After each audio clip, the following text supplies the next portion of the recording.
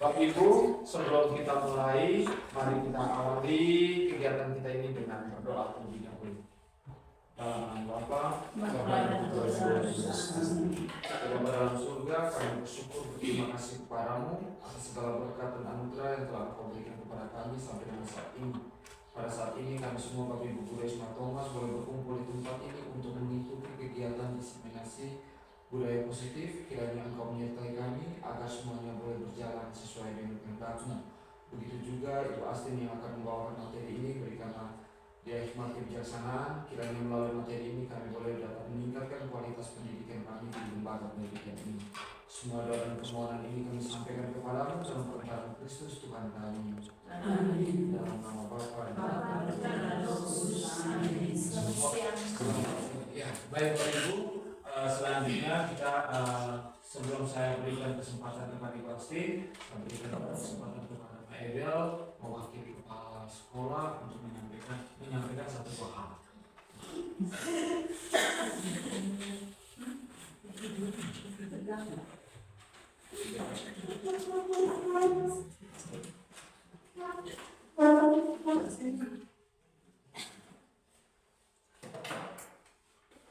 Selamat siang untuk kita semua. Selamat siang.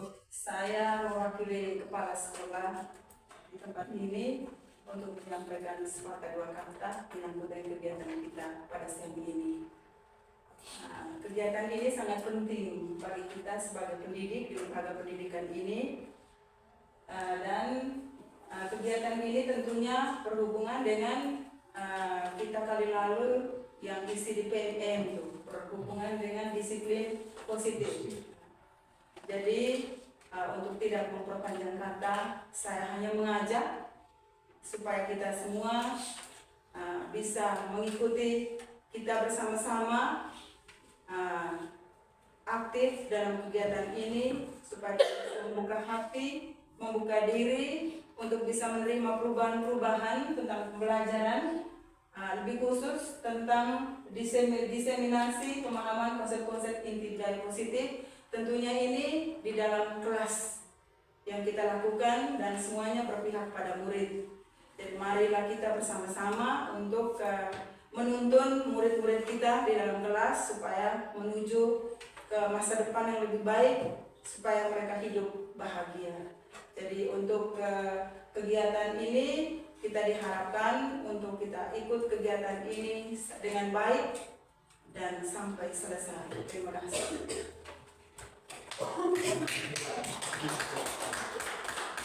Terima kasih Pak Ebel sudah mewakili kepala sekolah untuk memberikan satu dua hal kepada guru. Ya tadi Pak Ebel sudah menyampaikan kata kunci yang saya pegang tadi soal membuka diri untuk membuka diri kita untuk menerima hal-hal yang baru supaya anak kita jangan sampai ketinggalan dan anak-anak yang lain.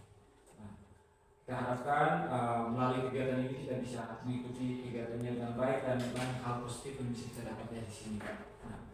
Selanjutnya tidak perlu lama-lama, saya berikan kepada Ibu Astin untuk menyampaikan materi.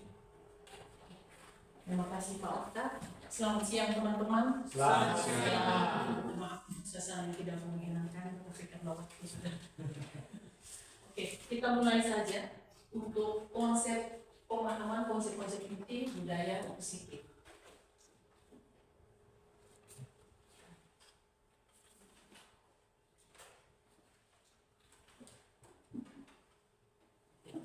Budaya positif di sini adalah nilai-nilai, keyakinan dan kebiasaan baik di sekolah yang berpihak pada murid. Nilai-nilai kebajikan yang kita kembangkan di sekolah. Itu budaya positif. Kemudian bagaimana dengan konsep-konsep intinya?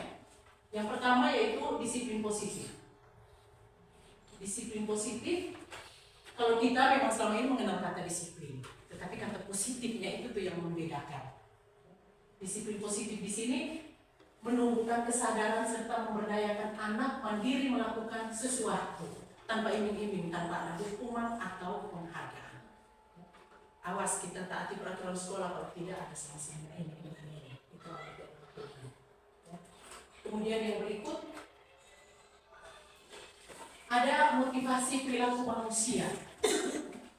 murid-murid kita, di mana kita kalau mereka berbuat baik berarti kita kasih penghargaan, kemudian kalau melanggar peraturan berarti kita kasih hukuman.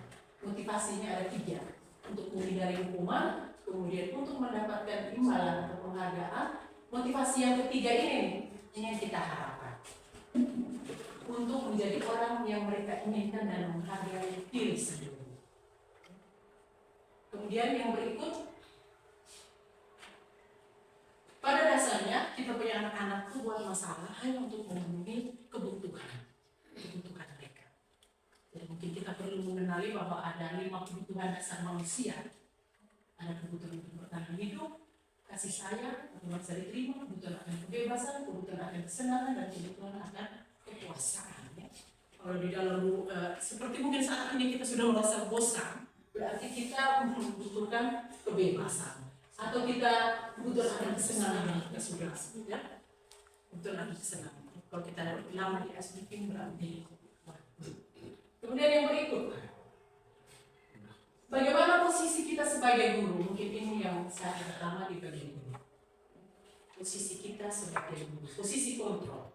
Sebenarnya kalau dalam kurikulum Merdeka itu ilusi saja, guru mengontrol murid. Padahal sebenarnya tidak. Murid bisa mengontrol dirinya sendiri dengan bimbingan guru. Kita tidak berkuasa penuh atas murid.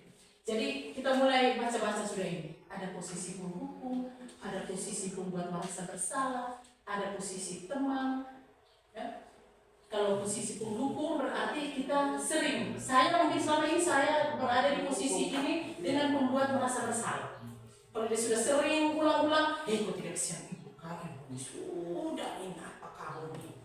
Kok tidak ingat ke orang tua karena orang tua setengah berarti kalau di sini.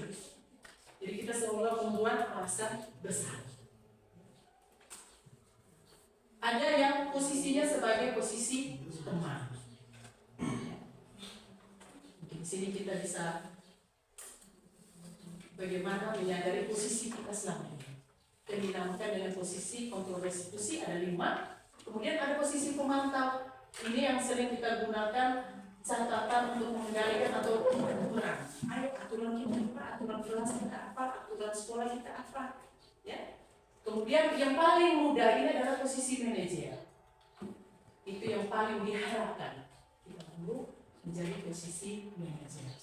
Berusaha untuk bekerja sama dengan murid, bagaimana membangun mereka untuk menyadari kesalahan. Ya. Kemudian, nah untuk ini, kelasnya ada di sini.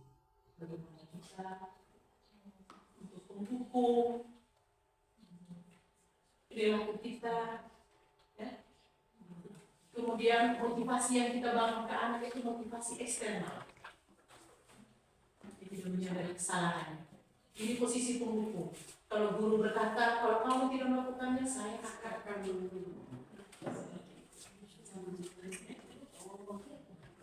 kemudian hasilnya itu punya murid bisa mendendam, bisa memberontak, menyalahkan orang lain. Kalau kita berada di posisi penghukum. Kemudian kalau kita merasa dibuat rasa bersalah ini, menunjukkan kekecewaan mendalam, biasanya dengan bahasa yang lembut, ya, memelas. Kemudian ini sudah mengecewakan ibu bapak. Hasilnya murid akan berbohong, menyatakan ini dengan sedih saya ada juga. Kemudian posisi teman, ternyata posisi teman juga tidak bagus juga. Ada sisi positifnya, ada posisi negatif. Ya. Memang dia masih motivasinya eksternal yang kita tumbuhkan, perilaku kontrolnya masuk dalam positif. Kalau posisi teman ini membuat kita sering membela anak, ya, membuat apalagi posisi kita sebagai wali kelas, kadang-kadang kita membela hidup anak. Itu yang posisi sebagai teman. Ini, tolong lakukan, kamu tidak kasihan ibu sudah berusaha untuk kamu buat terus begini. Kemudian hasilnya murid akan ketergantungan, guru tertentu. Terus ini posisi pemantau, selalu menghitung dan mengukur, terus selalu melihat peraturan. Kemudian ini kalau diawasi baru dia mau ikut. Kalau diawasi baru dia ikut aturan, kalau tidak. Kemudian yang paling bagus ini manajer. Apa yang kita yakini, apa yang kamu menemukan, dia menyadari sendiri dia punya kesalahan. Nanti sebentar kita lihat kira-kira ini masih dari posisi kontrol tadi, dari sisi gurunya bagaimana, kemudian dari sisi muridnya bagaimana. Kalau ini murid, kalau yang merasa bersalah ini murid, ini bagiannya murid. Kalau tadi bagiannya guru, bagiannya murid, dia selalu bilang, oh ibu minta maaf ibu. Karena dia berbohong untuk menciptakan alasan-alasan yang hanya untuk menyenangkan kita. Kemudian dia merasa rendah diri, tadi yang membuat rasa bersalah. Kalau yang ini pertama tadi penghukum, itu malah murid akan mengulangi terus kesalahan berulang kali. Itu penghukum. Kalau yang membuat merasa bersalah, dia merasa rendah diri, tidak berharga. Kemudian kalau yang teman tadi, nah, teman ini kalau kita tidak bela dia bisa pikir ibu ini sebetulnya teman, saya pikir ibu yang baik, ternyata jahat juga, saya seperti itu. Terus dia merasa tergantung, tidak mandiri. Dia meletakkan guru di dalam dunia berkomunikasi. Kemudian yang posisi pemantau tadi ini, menitik beratkan dampak pada diri sendiri, dia dapat hadiah hukuman karena bertentangan pada aturan tadi. Sampai ini saya dapat hadiah tidak, kalau ini saya dapat hukuman. Kemudian ini yang manajer, posisi manajer, murid akan bagaimana memperbaiki kesalahan, memperbaiki masalah, mengevaluasi diri. Kemudian dia tidak bergantung pada guru, tapi dia meletakkan dirinya sendiri di dalam dunia berkomunikasi. Itu posisi kontrol kita. Sebenarnya ini ada pertanyaan, mungkin saya bacakan saja. Kalau kita mungkin kita selama ini masing-masing kita merefleksi posisi saya selama ini apakah berada di antara 4. Oke, di antara 5 posisi tadi ya, di antara 5 posisi kontrol tadi yang sering kita pakai itu apa? Ada penghukum, ada pembuat rasa bersalah, kemudian ada teman, posisi teman, terus ada pemantau, terus ada yang manajer. Apakah kita pernah mencapai posisi manajer? Tidak. Baru terlalu kurang aja. Bristan. Biasa Pak Luis ini biasanya teman ya. Orang tua.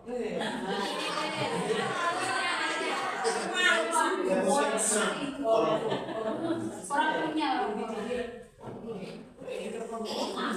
Bagaimana cara membangun disiplin positif? Salah satunya mulai dari sini. Kita harus buat keyakinan kelas.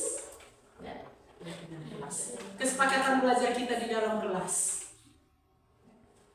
Tindak lanjut kita nanti setelah ini diharapkan bahwa di dalam kelas-kelas kita sudah ada keyakinan kelas. Ya.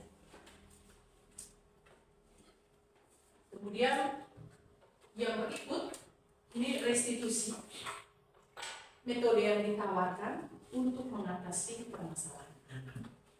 Metode restitusi. Kemudian punya nanti baru saya berikan bagaimana proses kolaborasi membantu murid berpikir orang seperti apa. Sebenarnya kalau kita ngomong tadi sebenarnya mau jadi apa? Terus kalau cita-cita mau gimana? Terus metode yang lebih khusus lagi adalah segitiga restitusi. Kita coba menggunakan ini yang ditawarkan supaya kita tidak berada di posisi manajer tadi. Berarti kita menggunakan metode segitiga restitusi.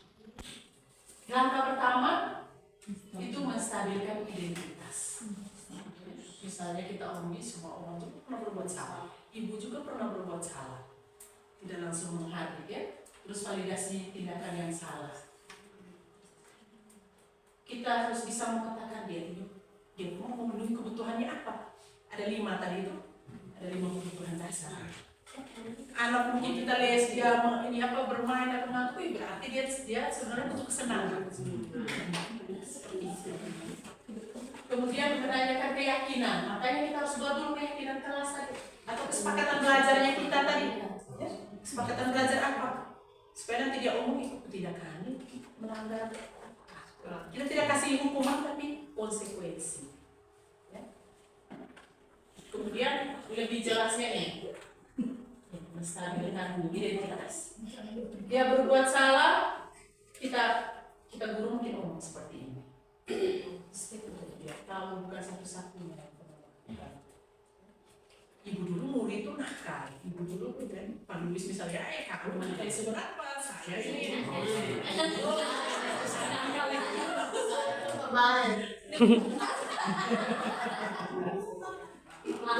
Terus ini validasi tindakan yang salah. Salah begitu.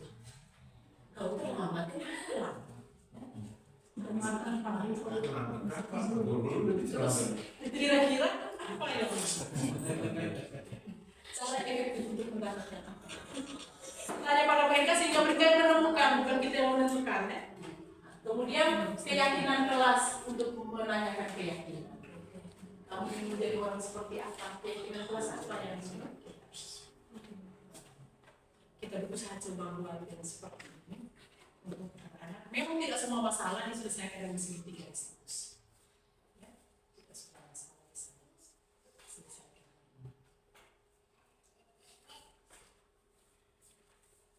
Kemarin ada yang salah satu teman dulu dia ditanya oleh begini, jika anak membunuh teman berarti dia punya kasus yang dia buat. Kalau anak teman berarti tidak apa-apa, nah kamu juga pernah melakukan itu. Itu benar untuk restitusi, membunuh teman. Kira-kira kita diskusi terbuka saja. Sebenarnya saya menyiapkan ini hanya sticky notes waktu ya. Yang penting kita tahu. Pertanyaan reflektif. Apakah kita pernah menerapkan segitiga restitusi? Mungkin kita pernah menerapkan, tapi kita tidak sadar bahwa itu Iya.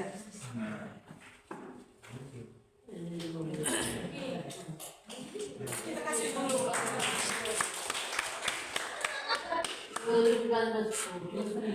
Kalau belum, kira-kira bagaimana cara kita menyelesaikan masalah?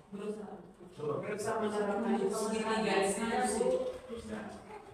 Kalau misalnya belum,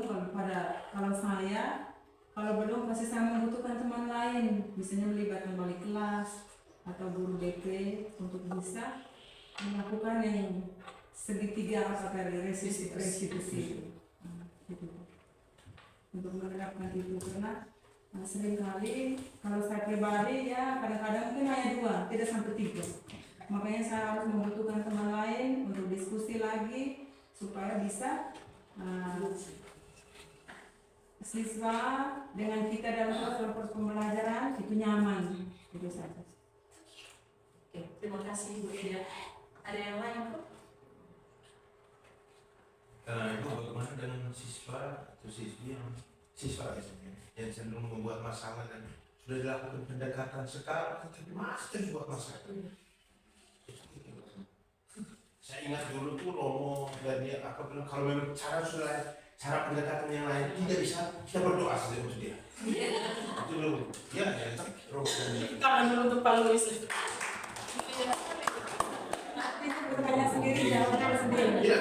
Tidak, ada Dia punya solusi yang paling terakhir ini segitiga restitusi. Mungkin kita mencoba untuk langkah demi langkah, kita buat pelan-pelan. Ya, biasanya anak kalau buat masalah kan kita langsung marah, tambah pukul. Ya seperti itu. Jadi kita selalu membuat alasan apa? Kita sudah dari rumah begini, masa di sekolah kita. Ternyata coba kita berusaha. Ya. Setelah tahu tentang segitiga restitusi, mungkin kita berusaha sehingga mengurangi kekerasan di dalam sekolah. Makanya itu tadi kesepakatan kelas itu sangat penting. Saya sendiri merasakan itu ketika mengenal tentang ini, setiap kelas buat kesepakatan kelas dan konsekuensinya apa ketika melanggar itu mereka. Ini untuk menciptakan ini yang paling pertama ini tadi pola pikir kita tentang konsep disiplin. Disiplin oke, tapi ditambah dengan kata positif. Berarti berpihak pada murid. Positif berarti berpihak pada murid. Tidak ada lagi kita ego kita sebagai guru. Kemudian peran guru ini tadi yang paling pertama kita merangsang keyakinan kelas bersama murid, terus menerapkan segitiga restitusi. Berusaha mungkin nanti kita sama-sama dengan Ibu Riri toh.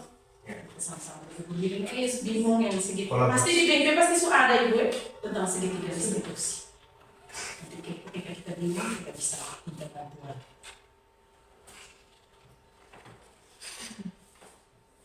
Kemudian bagaimana kita budaya positif, keteladanan yang konsisten.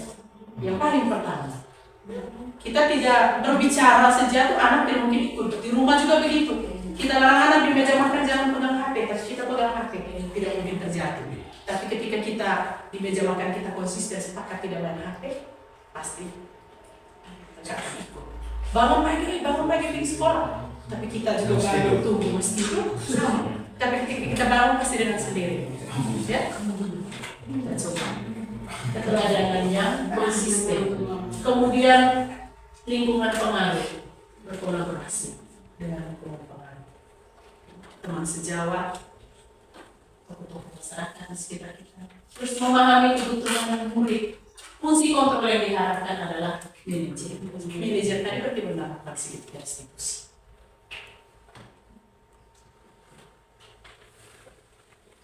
Oke, ini contoh kegiatan kalau yang berulang ini, kalau evaluasi tanya tadi itu kasus untuk si dia etik usaha ini membuat kesepakatan, memang dia bilang ibu saya pasti ikut ambil, tetapi dia datang selalu kesepakatan yang dibangun bersama harus dijemput. Saya tidak tahu lagi ini ibunya tidak ada, apakah terlambat mungkin coba buat dia menemukan sendiri satunya ini apa yang saya mau buat. Jadi dia sudah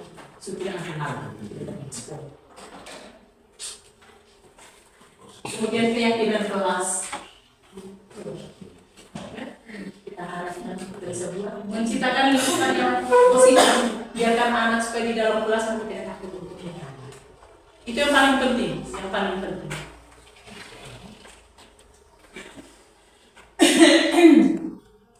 Kemudian ini dengan Farel kemarin dan dengan Justin, saya tidak tahu Ibu Anu Justin apa masih sering terlambat. Karena mereka yang menemukan sendiri solusinya, menemukan sendiri bagaimana kira-kira nanti apa yang saya buat. Oh kalau saya bangun pagi alarm saya buat jam 6, nanti ini saya harus buat ke jam 5 supaya bisa bangun cepat. Yang sering terlambat, salah-salah kecil. Dengan Farel, bagaimana perkelahian kemarin? Itu langkah apa selanjutnya kalau terjadi lagi? Harus bicara dan berbicara dengan teman, tidak boleh langsung. Sebenarnya ada beberapa kasus contoh yang seperti itu.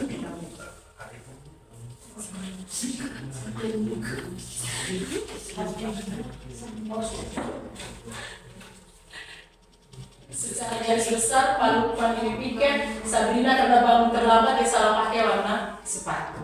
Yang seharusnya hitam, dia pakai warna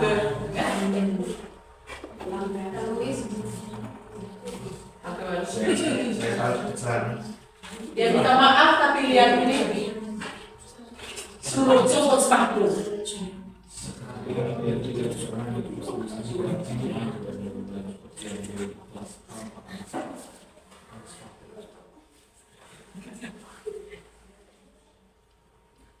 Kasus Sabrina dengan Palupan. Sabrina maksudnya mungkin kita bisa redaksi juga ya Pak ini Ramokta, kasus Sabrina ini yang sepatu ini dengan kita punya anak juga di sini sita sepatu itu. Maksudnya ya jangan sampai macam Sabrina ini malu mau jalan keliling Sebenarnya lebih baik berdiam diri dalam kelas. Karena dia mau jalan sepatu sudah disita. Mungkin ada apa namanya kesepakatan lain yang harus diambil, dan supaya mereka punya sepatu tidak dicopot. Kira-kira seperti apa? Itu dari saya. Mungkin tadi kan ini membangun kesepakatan. Membangun kesepakatan pertama, membangun kesepakatan. Ini kita ada pertanyaan. Posisi apa yang diambil oleh teman-teman? Posisi membalangkan.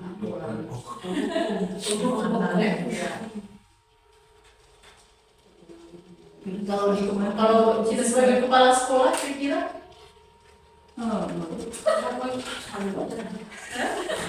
terus yang menarik ini nilai kebajikan apa yang ingin dituliskan? Sekolah harus berwarna hitam.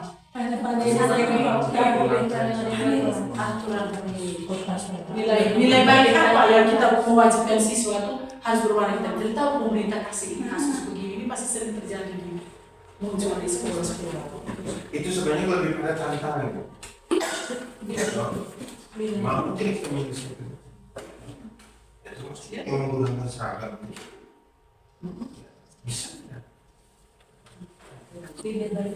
Mengikuti aturan.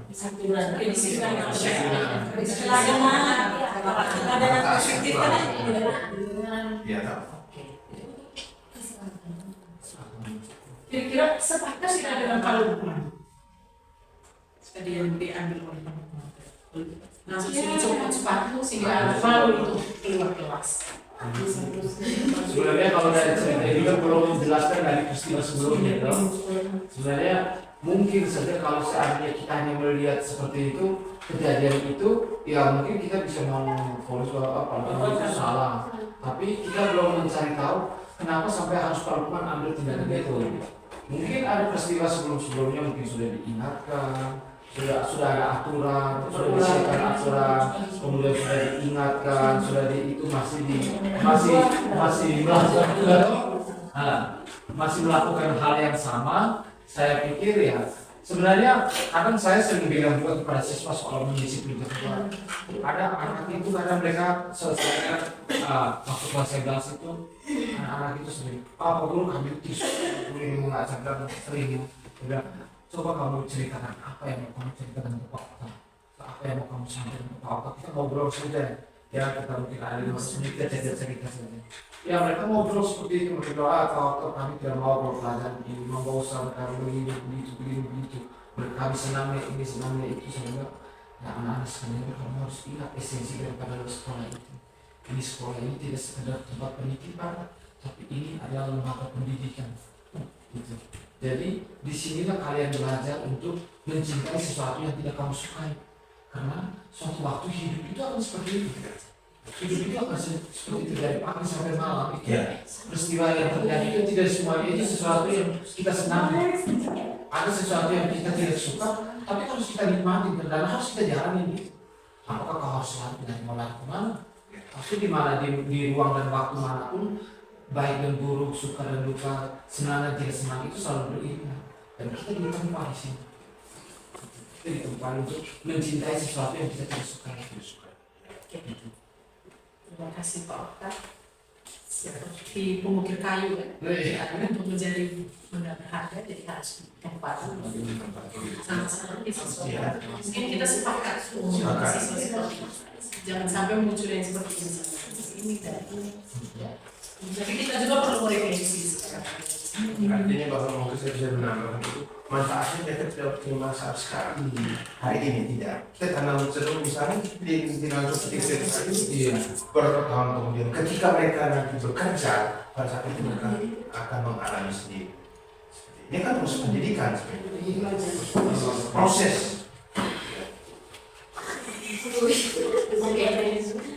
Karena tantangan di dunia kerja pun, tantangan di dunia kerja perusahaan itu tidak tugasnya perusahaan tidak hanya membuat kau senang. Ya intinya kalau kau tidak suka ya kau keluar toh. Itu kenyataan fakta yang pasti kau alami, yang kau akan hadapi di dunia kerja nanti itu seperti itu. Kalau sudah kerja capek-capek tidak dihargai, itu adalah sebuah kenyataan hidup yang tidak bisa kau hindari. Itu. Sudah kerja sudah capek-capek sudah banting tulang, atasan atau pimpinan menghargai kau dengan cara yang mungkin tidak sesuai dengan kau punya ekspektasi. Itu sebuah kenyataan hidup yang harus kau hadapi. Lalu sikapnya seperti apa? Kita di situlah yang namanya orang bilang bijaksana. Kita harus bijak. Nilai kebajikan ya.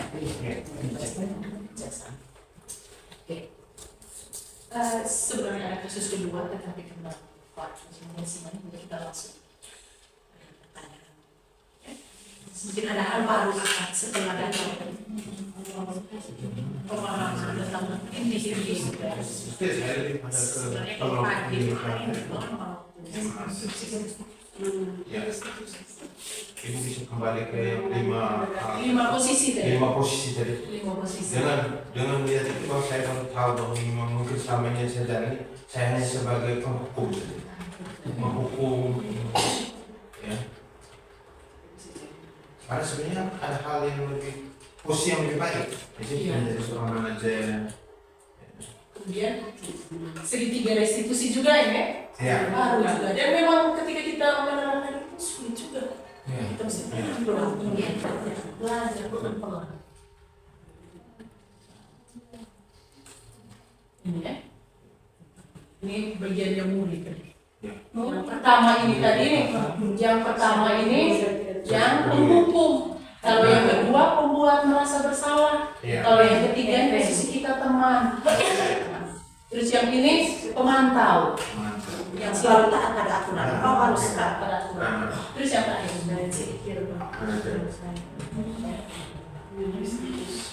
ini yang murid. Kalau tadi kita guru. Karena murid menjadi agresif ini benar-benar Mohon begitu.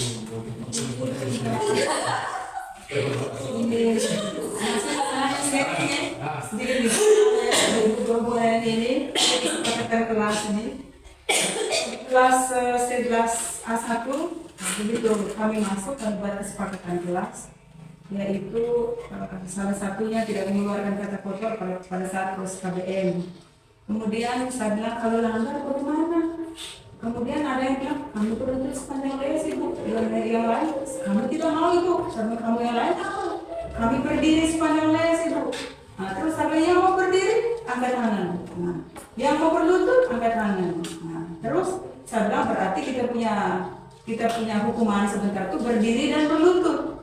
Kemudian saya pindah lagi ke kelas 12 kami buat lagi kesepakatan kelas pada saat proses pembelajaran di kelas. Kemudian mereka punya ini juga hampir sama. Nah, sekarang saya bilang kalau langgar itu si Via Rabu bilang berlutut bu. Mereka bilang harus tidak mau berlutut. Nah, terus saya bilang kalau begitu apa? Kami mau di luar ya bu, seperti bisa di luar. Kami mau berdiri satu kaki bu, sampai terus setengah mati mau dengar saleh. Nah, terus ini Via Rabu bilang kalau begitu berlutut. Nah, akhirnya mereka macam buat negosiasi di kesepakatan yang mereka buat itu. Pada saat itu apakah saya keliru ibu? Karena saya langsung putuskan kalau begitu yang buat ini. Kalau begitu sebentar kalau langgar kita yang langgar berlutut semua ikut yang Rabu yang langgar berlutut semua. Nah terus bagaimana kalau memang tidak melanggar ya ikut aturan yang di atas, kesepakatan yang di atas itu. Nah, jadi dalam proses pembelajaran memang mereka macam ngeri kalau berlutut sepanjang les itu. Tapi apakah saya keliru ibu kalau saya punya mau ya kamu berlutut semua saja lah daripada ada yang mau di luar kelas apa itu mungkin keliru ya atau bagaimana? Maksudnya satu orang yang berbuat salah teman-teman yang lain juga ikut. Tidak, maksudnya ya orang yang bersangkutan. Itu sebenarnya bukan hukuman tapi konsekuensi yang telah disepakati bersama. Kalau jenis hukuman yang sudah disepakati bersama itu berarti dinamakan konsekuensi dari melanggar keyakinan kelas. Yang penting kita sepakat bersama. Dan itu seperti menggunakan HP ketika tidak diizinkan. Itu mereka kalau langgar, konsekuensinya adalah HP disita selama 1 minggu, HP disita selama 1 bulan. Dan itu kesepakatan bersama. Sehingga dengan sendirinya kalau membawa HP ke sini, aku masih jelaskan dengan bawa HP, dengan sendiri terbawa dan itu mereka tahu bahwa sudah. Kemudian untuk berlutut, saya juga begitu. Mereka yang memilih sendiri. Bukan saya yang menentukan, tapi mereka yang memilih sendiri. Kebanyakan bilang, oh ibu penutup, kalau ibu sudah duluan masuk, kamu masih di luar, berarti mereka tahu, mereka langsung turun ke tempat duduk sana. Seperti ini. Nah, yang penting kesepakatan bersama, jangan sampai kita yang atok. Kalau kita yang guru yang menentukan, itu kalau mereka yang beri hukum. Iya. Jadi Mereka yang menentukan. model coaching ya, Ya. sistem coaching, jadi mereka yang menentukan sendiri. Mereka yang menentukan sendiri. Jadi mungkin ini setelah ini tindak lanjut kita, setelah mendapat tindak lanjut kita adalah setiap kali mulai pelajaran kita yang membangun kesepakatan. Dan kesepakatan itu bisa berubah. Kalau mereka tidak lagi main HP, kita bisa ganti kesepakatan yang baru. Kita lihat mungkin berlaku tindakan negatif di dalam kelas yang lain, kita bangun lagi yang baru. Kita buat kesepakatan baru. Dia tidak bersifat tetap untuk satu semester. Jadi kesepakatan itu jadi dia berubah-ubah gitu Dia ya. bisa berubah-ubah. Kalau satu ini mungkin mereka sudah disiplin tuh, mereka sudah datang sempat kasus setiap kali saya les, mereka sudah datang sudah berarti ini saya harus ganti. Kita umumkan di anak-anak kita ganti. Kita lihat mungkin yang paling urgen di kita kalau ketahui teman-teman yang lain di dalam kelas itu adalah tidak menghargai teman yang sedang berbicara. Iya, benar. Itu yang paling sering terjadi untuk saya. Terus mengeluarkan kata-kata kasar. Kalau kita sepakat, kita jalani semua, kita guru mata pelajaran kita ini, bukan tidak mungkin kita punya terbentuk budaya positif. Dan kita harus, yang terakhir kita harus konsisten, menjalankan konsekuensi itu konsisten. Jangan sampai kita, oh biar kali ini jangan dulu ini peringatan pertama, padahal kita sudah sepakat nih. Ini masih peringatan pertama, itu longgar sudah. Mungkin ini dengan kita punya tata tertib sekolah juga, kita bisa melibatkan juga dengan murid untuk memutuskan bersama. Daripada kita yang menentukan, lebih baik konsekuensinya kalau begini kamu maunya apa, kamu maunya apa, sehingga mereka dengan sendirinya mereka mentaati karena mereka yang tahu. Oke, berarti saja. Kesepakatan itu kita buat pegangan kita guru secara tertulis. Kemudian kita ambil dari teman-teman, dari murid-murid kita buat kesepakatan, mereka yang ngomong dengan tidak menggunakan kata tidak. Jangan bilang jangan ini, tidak. Misalnya jangan membuang sampah sembarangan, kita ganti dengan membuang sampah pada tempat. Tidak boleh datang terlambat. Tidak boleh bilang negatif. Kita coba.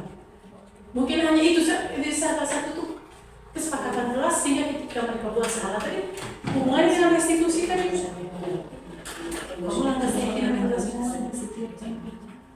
Setiap guru matkul ada kesepakatan kelas yang umum, wali kelas punya, wali kelas dengan anak wali, guru matkul punya sendiri lagi. Guru matkul buat sendiri. Bisa kalau misalnya ada menemui kesulitan atau ini sabun begini, tetap ini kita diskusi. Itu saja untuk budaya positif, mati dengan konsep itu budaya positif kiranya dapat memberikan manfaat. Sebenarnya ada banyak sekali kita menemukan sendiri, kita yang berpikir karena situasi yang membuat saya harus tahan beberapa materi yang saya kira yang penting-penting itu ini. Saya kembali ke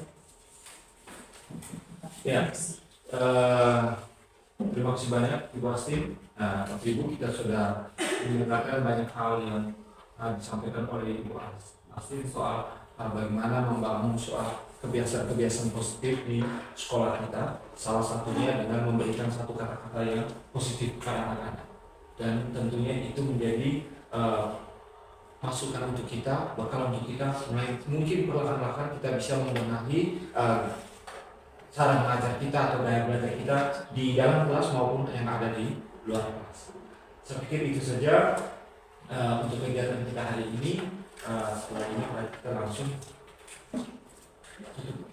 tutup kegiatan kita hari ini dengan doa bersama. Bapak dalam dalam surga, terima kasih untuk penyertaanmu dalam kegiatan singkat kami di siang hari ini. Banyak hal yang sudah kami dapat untuk dapat meningkatkan kualitas pembelajaran kami di lingkungan sekolah ini. Kami mohon kepadamu kiranya Engkau selalu memberkati setiap usaha kami, setiap kerja keras kami, agar semuanya boleh mendapatkan hasil yang terbaik untuk memuji dan memuliakan nama-Mu. Semua doa dan permohonan ini kami sampaikan kepadamu dalam dalam Kristus Tuhan kami. Amin. Dalam nama Bapa, Putra, dan Roh Kudus.